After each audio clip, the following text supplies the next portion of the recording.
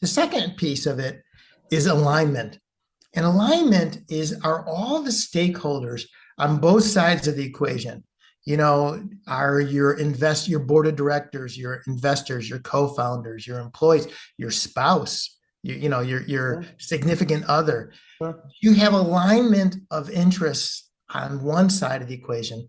And on the other side, and this is a really important point, oftentimes in a transaction, there's always a champion of the acquiring company has a champion. Sometimes it's the CEO, sometimes it's the head of sales or the head of product, or like there's always somebody who's the champion.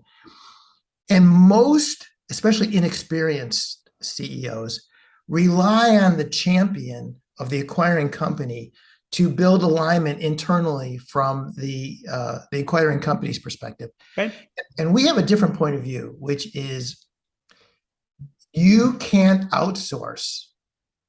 Like, even though like it's your job not to work with the champion, your champion, to make sure that you identify all the key stakeholders and you make sure they're all on board. Okay. A lot of transactions fall apart because the CFO isn't aligned, or the board of directors, the CEO, or like there's alignment is really, really important. Yeah. And if you're being acquired, you just can't trust your champion to do it for you.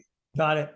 You say all the stakeholders, and I have to ask you, in your experience, is that reality? I mean, do all the stakeholders ultimately get aligned, No, or is it, or is it, have you seen in your experience that, the more reality is 80 to 90% of them are aligned and the others just go along?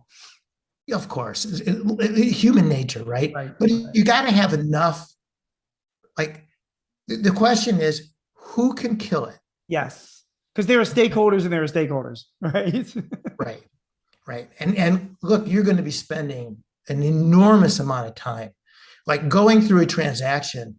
You're taking your eyes off the ball. You're like, it is a time suck like nobody's ever, like, you can't imagine how much time it's going to take.